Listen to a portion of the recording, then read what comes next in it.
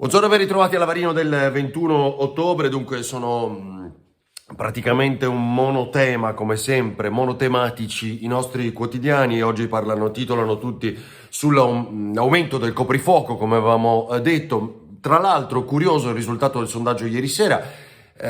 Quasi 3.000 telefonate e di fatto il 70% mi pare di quanti hanno chiamato dicono che anche il Veneto dovrebbe adottare il coprifuoco alle 23, così come sta facendo la Lombardia se non lo blocca Salvini, così come ha intenzione di fare la Campania, e lo avevamo detto settimana scorsa, vedrete da adesso una dopo l'altra cominceranno a prendere tutte iniziative a livello regionale.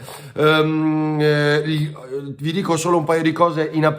C'è la prima giornata di seduta di consiglio, saremo in diretta da partire dalle 13 anche con Antena 3, Rete Veneta, per seguire il discorso programmatico di Zaia, le repliche dell'opposizione e via dicendo. Poi vi dico qualcos'altro. Il grande scontro tra Crisanti e Palù, lo zanzarologo, no? Lo scienziato, tolto il patrocinio al convegno di Crisanti, insomma tutto quello di cui abbiamo parlato nei telegiornali ieri sera e oggi è sui giornali, e c'è una nuova intervista a Crisanti. Poi le parole di Galli, che hanno dato il titolo alla puntata di Ring ieri sera, che hanno fatto, ho visto, incazzare, ma sono di una crudezza, di una realtà che fanno arrabbiare gli imprenditori, ma di fatto ci lasciano intendere bene come l'emergenza in questo momento sia quella sanitaria. Cioè, cosa dice Galli? Non vedo morti di fame per le strade, vedo invece i morti di Covid. E guardate che razza di dati ci sono questa mattina, per esempio in Veneto, con 1083 contagi,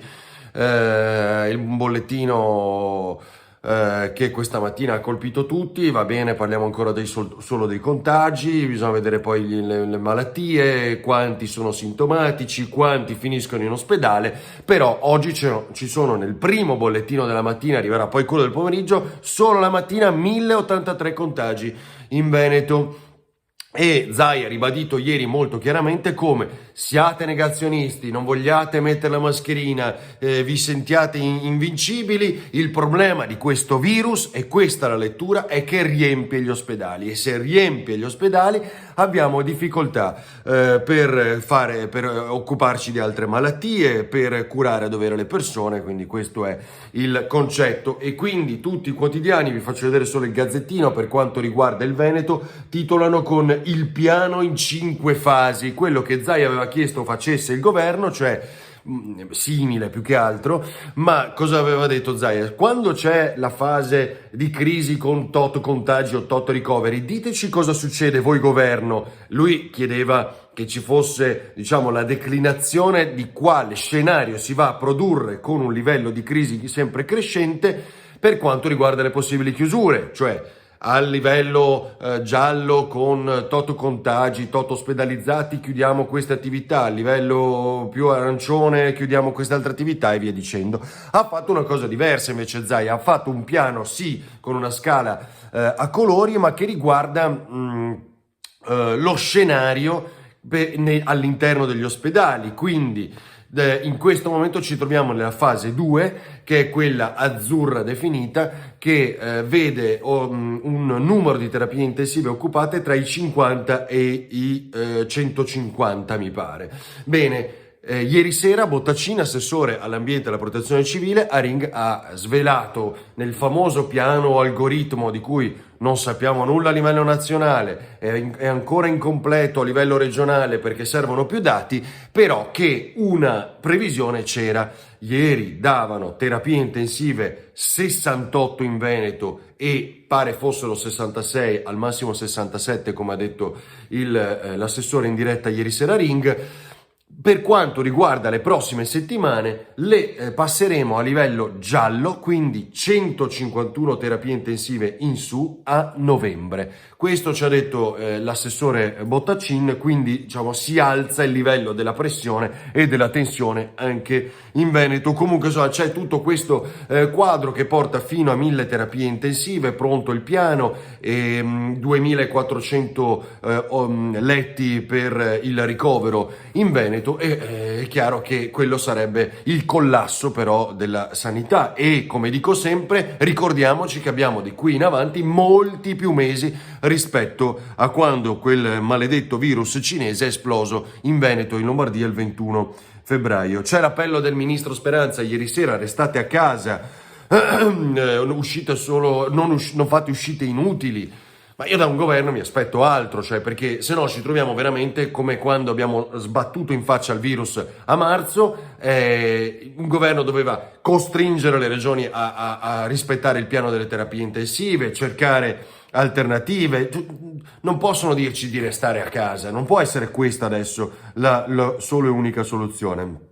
Due cose molto rapide, vi dicevo, oggi primo nuova seduta del Consiglio regionale, parlerà Zaia, parlerà l'opposizione, hanno chiesto a Zaia di riferire anche sul Covid in Consiglio regionale, seguiremo tutto a partire dalle 15, è positivo uno l'ex assessore all'agricoltura, Pan, quindi non sarà in aula, che è una delle surroghe, cioè di quelli che, essendo diventato marcato assessore, ne avrebbe preso il posto, ne prenderà il posto in Consiglio regionale. C'è lo scontro tra Crisanti e Palù, ma insomma ormai è abbastanza chiaro. Palù da mesi chiama in TV da noi Crisanti lo zanzarologo, perché si occupa di zanzare. La sterilizzazione della zanzara sarebbe la più grande scoperta del mondo, perché oggi lo dice un po' su tutti i giornali, ma ad Andrea Priante sul Corriere del Veneto, Crisanti, guardate che l'animale più letale al mondo qual è? Dice Crisanti, la zanzara, ma questo si sapeva, insomma, perché uccide molte più persone dello squalo, dell'orso bianco e via dicendo. Questo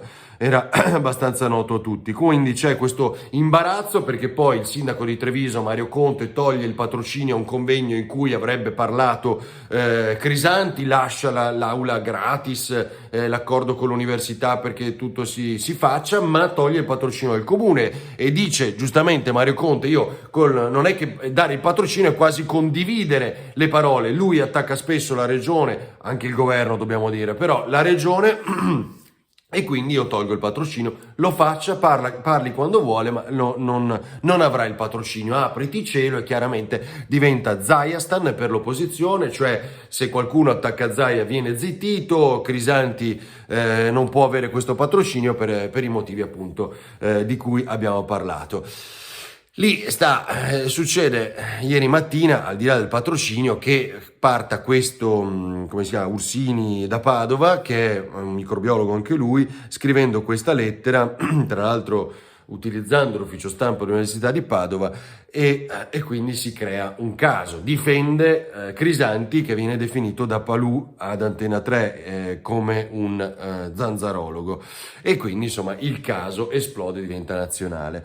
Ora Crisanti, in questa intervista ad Andrea sul Corriere del Veneto, Priante dice di non voler più parlare, di aver intenzione di ridurre e di molto i propri interventi. Vedremo. È chiaro che la stima che lui ha è per esempio per il professor Galli, del quale vi ho riportato le parole poco fa, e quasi nessun altro, proprio perché critico, dice spesso, non seguo la politica, dice Crisanti, e allora vengo attaccato. Bene, penso di aver detto insomma molte cose. Vediamo il coprifuoco. Abbiamo detto che ieri sera Ring, la maggioranza ha detto sì al coprifuoco anche in Regione Veneto. Ci vediamo domani avremo Ring invece a Tele 4. Vi ricordo il sito Ferdinando